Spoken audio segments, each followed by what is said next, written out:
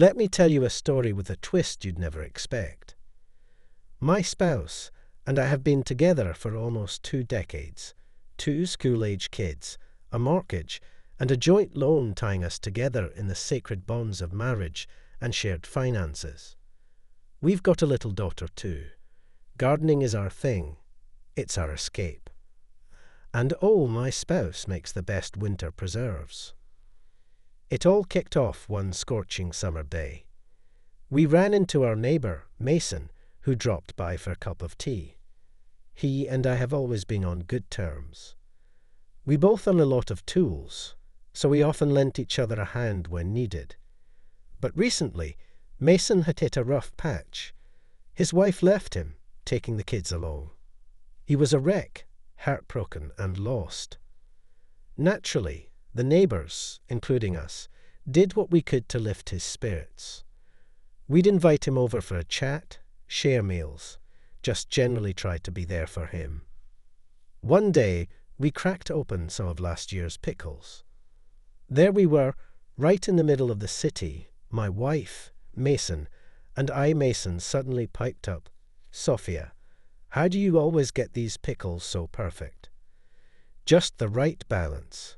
Tangy but not too sour, salty but not overwhelming, and with the most incredible blend of spices. Seriously, they're amazing. My wife, blushing with pride, smiled and said, "It's just my mom's recipe, nothing secret about it." He asked, "Mind sharing the recipe?" She nodded, "Sure, I'd love to." That's when Mason's whole mood shifted. His face fell, and he looked genuinely downcast. He sighed and said, "It won't help me now. I've got jars full of veggies, but I have no idea what to do with them. Even if I had the recipe, I can't do it alone." And, without thinking, I blurted out, "Hey, why don't you give him a hand? Mason can treat us later." No one asked me to say it, but there it was. So, off she went to help, and Mason looked as happy as a kid with candy, like we were some sort of heroes for offering. I ran out of oil for my chainsaw, so naturally, I figured I'd ask the neighbour. I knocked on the door, then just walked right in, no waiting. Looking back, maybe I should have paused for a moment, let someone open it. But nope, I barged in, and what did I see?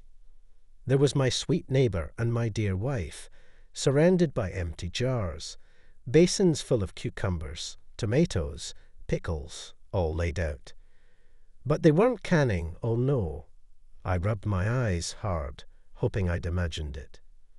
But no, it was real, all too real. I caught them red-handed in a moment I can never unsee. Fury rushed to my head, and without thinking, I stormed into the room, grabbed a bucket of tomatoes.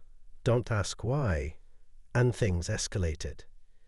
He even had the audacity to defend himself. You can picture the scene, right? But here's where it gets even crazier. Just when you think it's over, it turns into something straight out of a ridiculous sitcom. 2 neighbours, women from nearby, heard the commotion and came running. Our cottages are close, and everyone's in everyone's business. One of them is single and middle-aged, the other, in her 50s, has a whole family, husband, kids, the works. So we were there, me and this guy in a full-scale fight, my wife crying on the sidelines, no doubt trying to find some ill-conceived explanation. And then these 2 women burst in, yelling at me as if they were protecting him. But then the mood changed very quickly. When they realized that he was flirting with my Sophia, everything changed. Suddenly they were on my side, like some strange reinforcement in this absurd battle. Eventually, the coward ran off, sprinting straight into the woods, with half the village watching. I couldn't help it. I laughed hard, though maybe I should have cried instead. As he bolted down the main path like some kind of wild animal, it hit me. This guy had been stringing along half the village, acting like a sad, lonely soul, when really He was playing everyone. He'd been singing his sob story to anyone who would listen, not just me. And those jars of pickles. I'm sure I wasn't the only one hearing about them.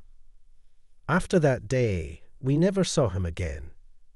He sold his cottage, along with all those tomatoes he'd been so worried about. The women? Well, they started eyeing each other with suspicion, now that they knew they had competition. As for me, I couldn't forgive my wife. No explanations, no second chances.